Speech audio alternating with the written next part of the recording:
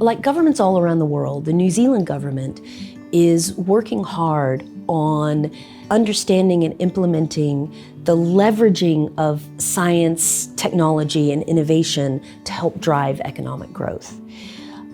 Also, like governments all around the world, a lot of that is happening in the form of pushing the system towards more applied, more immediate outcomes.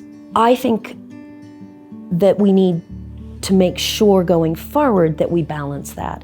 So a lot of the commercialization work that I've done myself has sprung out of the 10 years of very fundamental science funded by the NSF and the NIH in the United States that I brought to New Zealand and then was able to apply.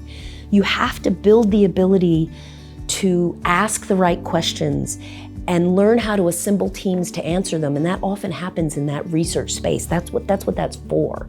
You know, I didn't do sperm research. I didn't do diagnostic research. I didn't do, skin cancer research. I did light matter research. How does light communicate the energy and information it carries to matter? If we continue down the path of just pushing everything to the short term, what we're effectively doing is eating our seed corn. Every farmer knows about this. You harvest your crop and you have to leave some behind, potatoes, seeds, corn, whatever it is that you're planting. You need to leave some behind for the next generation. And the danger of going too far in that applied entrepreneurial space is that you don't build up what you need underneath for the next 10, 20, 30 years. If you want science and innovation to succeed in helping to drive the economy, you need to bring the people who understand how the economy works and understand how businesses work to the table with people who understand how science and innovation works.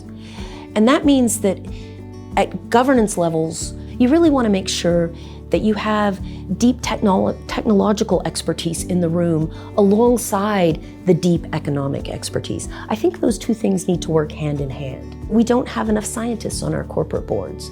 I think that's true across the table, whether we're talking about government or companies, publicly or private, large and small.